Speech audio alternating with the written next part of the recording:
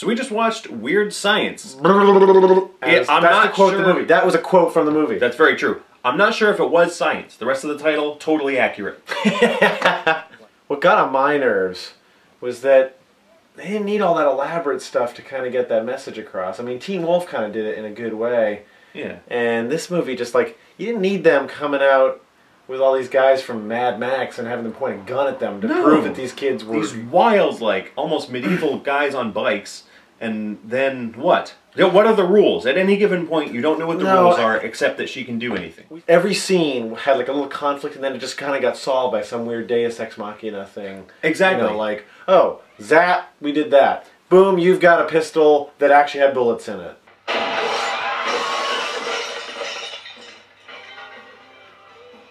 Yeah. Ha ha ha. So all the fear is false. The whole time, all fear is totally invalid.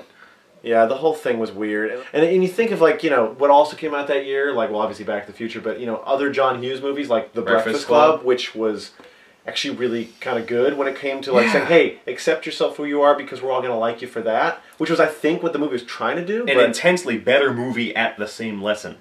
And yeah, and this one, like, she says, people are going to like you for who you are. Here's a pistol, go shoot someone. I'm like, that's not who these kids are. Bikers, like, yeah. That's not who most people are, so I don't know what that and then she has to browbeat them into it. Yeah. So it's not who they really are, it's who they're being shamed into in a computer simulation? I don't know. I don't know. Yeah, and I think we gave this movie a lot of credit for being cohesive and cogent, which it wasn't. I didn't give it any credit for that. Oh, I thought it would. Like, our prediction, I think, was kind of a relatively cohesive narrative. Yeah. And this was kind of like, boom this, boom that. I mean, we kind of got the basic thing, which was, yeah, she's going to teach them to be yourself and everyone will like you. And then, as we said, like, they're not really themselves. No. She makes them have a party, which is not really... wrong. I mean, I guess they wanted the party. They wanted the party, but they couldn't have pulled it off.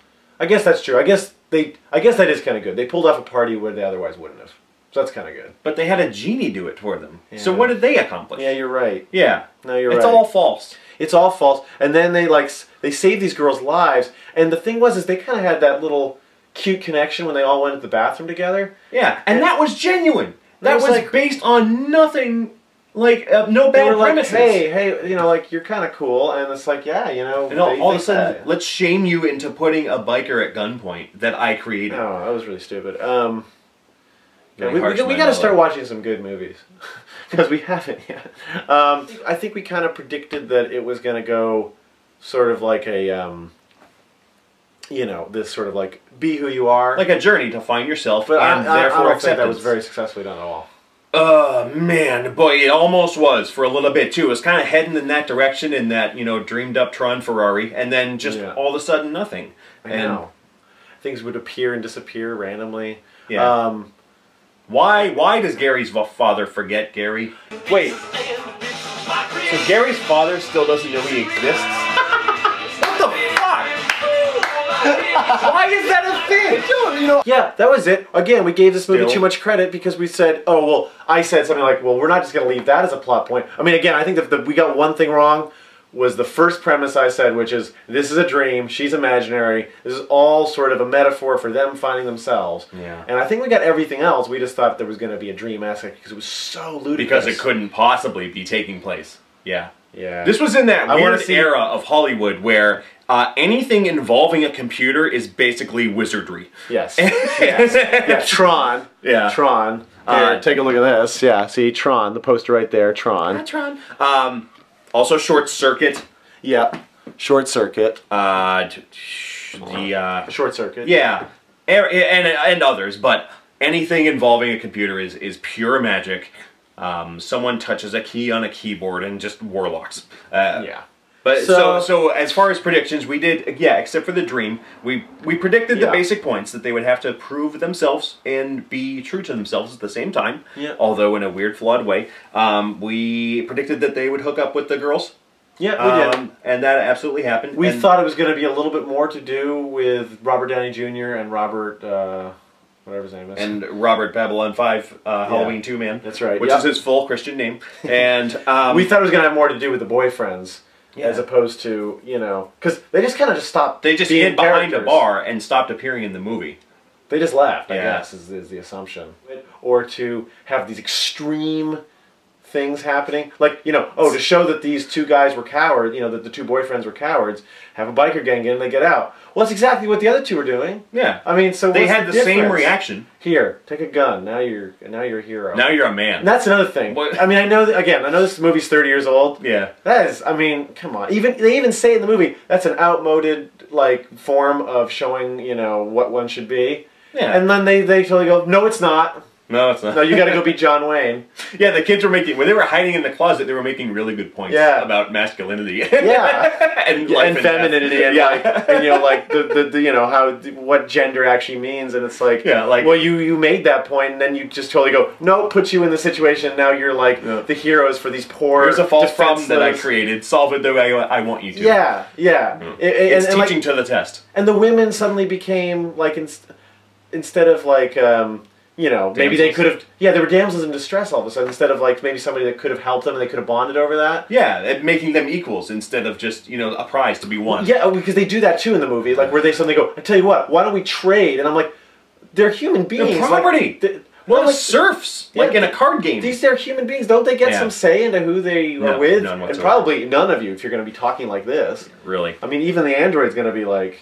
Listen, guys. You know... I'm going to turn you into the labyrinth thing again. I know.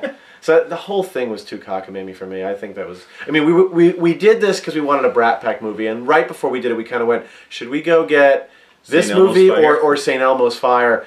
And I'm thinking we probably should have gone with that, although this was far easy to predict, I'm sure. So well, maybe we'll do a St. Elmo's Fire next year. We even nailed weirdly specific things, like she comes in at the end and she's in the gymnastics class.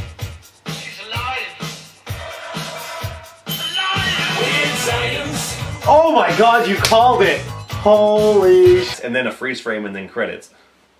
That was this guy. I gotta drop that knowledge bomb on you. I know this guy. He's my friend. I know him. I'll be doing autographs after the video for anyone who doesn't want them. Also, the cops aren't looking for a guy... Yeah, like, although I guess that Ferrari does disappear out of nowhere. So. Yeah, so now they can't trace it. But they didn't know that at the time. Again, false pretenses for all the problems to be solved. Yeah, it was like creating a Rubik's Cube and just being like, here you go. And no matter how you turn it, at the end, the squares. Yeah, exactly. They go to the blink same color. And it will turn into what you want. You wanted the 4 corners? Yeah, great, we got it now. Yeah, what lesson did you learn? That you'll fix things that for me. That you'll fix things for me, yeah. Goofy movie. Certainly frenetic enough to be enjoyable, I think, scene to scene, but again, I think I was saying throughout the movie, did they forget that they could make a cartoon? Did they forget that this could be animated? They could. Well, here's I think ultimately not a great... I didn't like it. It does. Here's what John Hughes does right, and he does it in other movies too. He accurately portrays the attention span of people of that age. Yeah. And his jokes, like his teen-to-teen dialogue is really good, usually, and his parent-to-parent dialogue is really good. And some of his jokes, like his situational jokes and his timing, are perfect. Yeah. Yeah, that's true. Everything else was a little, and I think you put it really well. Like, he started writing the movie when he was 12. I think you said And he that. stopped writing the movie when he was 12. Well, just take the credit. Yeah, it was. Or either that, or he very accurately captures the imagination and the problems and the imagined slights of a teenage boy's life, a 12-year-old boy. Yeah, I wonder, like, if I had seen this at 12, maybe I would have been like, that movie was amazing. I mean, like, right now I'm looking at it going, like, that movie was out of control. It is fun. It's fun at times. But even at this point, I'm just like, what am I watching? But here's the thing. Determining the lesson of the film is a little harsh. It's tough. It's tough to do. All right. Sweet. We got some bras. Right. You got a bra? All right, I'm following you. Go ahead, put that on my head. No, bullshit lightning! Ah! Weird science.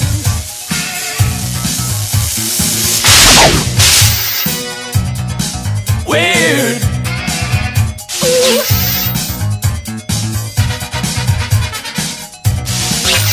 Weird science. Elastic tubes and pots and pans, bits and pieces and magic from the hand are making weird science.